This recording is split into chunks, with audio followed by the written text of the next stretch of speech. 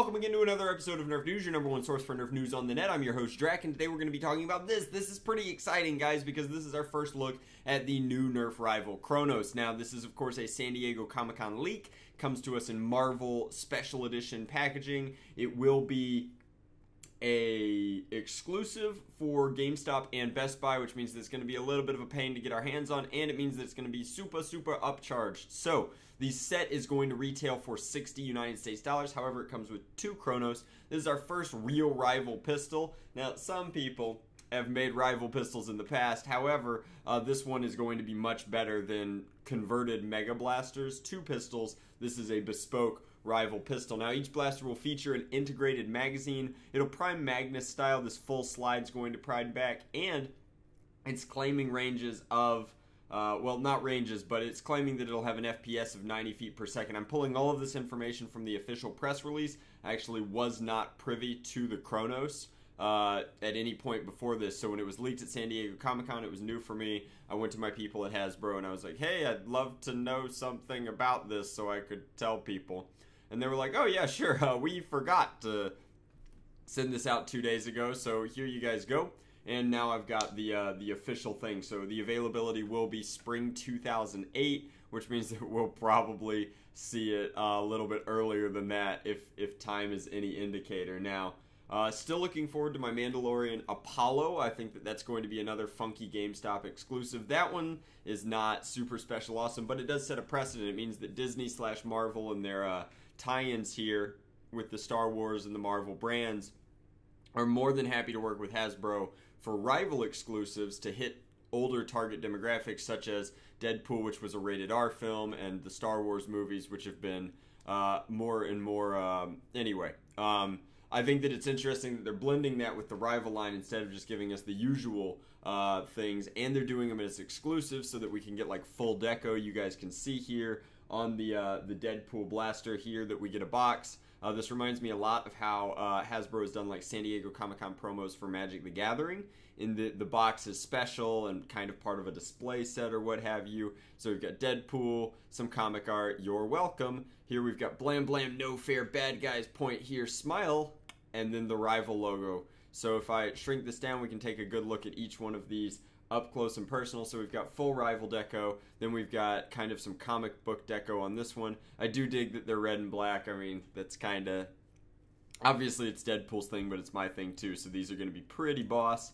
And then here we have the other one, which has the Deadpool logo up here, and that's pretty sweet. And then other than that, it is exactly similar. So they do have tack rails. This is not where they're going to load from. They'll load up here. This is a attachment point, and that's kind of interesting. I would much rather have handles that just roll all the way back, but Hasbro clearly likes doing that, so we're not going to judge that at all. But I mean, I'm just excited. I love the precedent for these releases is getting better and better. Previously, like, we had the Transformers barricades, which were pretty good, and then the only other Nerf thing that we got that I can think of off the top of my head is we got the Garrick axe, which was a foam axe from again, the Magic the Gathering tie-in. Hasbro also released their Q2 earnings recently, and they said that Nerf did exceptionally well. So I think that we're going to continue to see some of these lines expand and do other things into the future. That is really cool as well. Like, as long as they keep having killer quarters, or at least 3 killer quarters out of the year, they're going to keep doing this thing where they make new lines, they make new blasters, they experiment with new stuff. The exclusives in particular are really important to me since I'm so very involved with my local con scene, and I travel for New York Comic Con. I've never been to San Diego Comic Con just because it seems like it would be really expensive, although my boy Kowski keeps telling me that I should come out and crash with him and do that. So I might do that in the future. Speaking of collaborations with awesome other Nerf YouTubers, I'll be heading up to Canada pretty soon for a super special. I think he hasn't released it necessarily yet, but it's another Aaron Esser project. I just love collabing with Esser, so as long as we're talking about Nerf news, I will mention that I will be traveling for filming in Canada pretty soon, and that is exciting. So if there are any Canadian wars coming up there, you guys should let me know in the comment section down below, and I could hit up one of those. But I need to know before I leave so that I could pack a bunch of tactical gear for that. Now, other than that, I do want to give a quick shout out to, and he's told me that he's going to send me a sample of this so that I can install it, which I'm very excited about. I want to give a quick shout out to my boy Gavin Fuzzy. I want to congratulate him for being a part of the Singapore Maker Faire. I think that that's really, really cool, and what a huge accomplishment for him.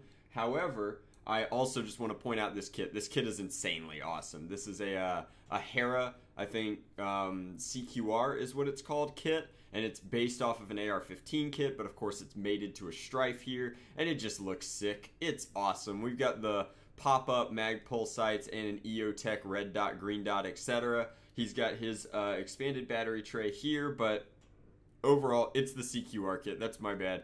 Overall, it just looks like the thing that you could install in an AR-15, and this one's super duper cool to me because I've given some pretty strong consideration when my tax stamp comes in to making an SBR with this kit, just because it is that insanely cool. Like, I really, really like this actual body kit, and so seeing it on a Strife, it looks hot. I can't wait to install one of these on a Strife, build it out something super special, awesome, really sweet, super dope.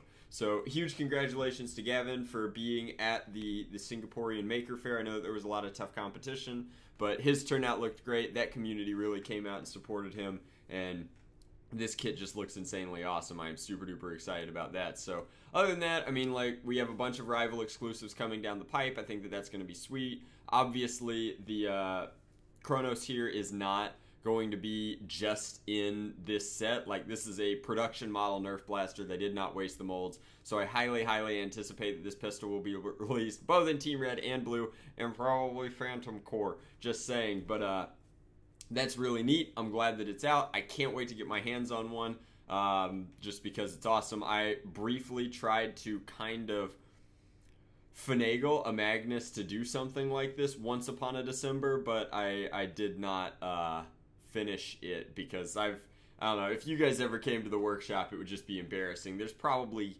20 projects that are just not finished right now. One Australian in particular is very excited because I did just finish a project collaboration with him. All I have to do is go out and get the air tank charged. So that's the hint for you guys. That content will be coming up pretty soon. Travel with Esther. Congratulations to Gavin. Rival Chronos is going to be awesome. Thank you guys very much for watching. Hopefully you enjoyed this update and news video. Much love. Nerf on. Drek out.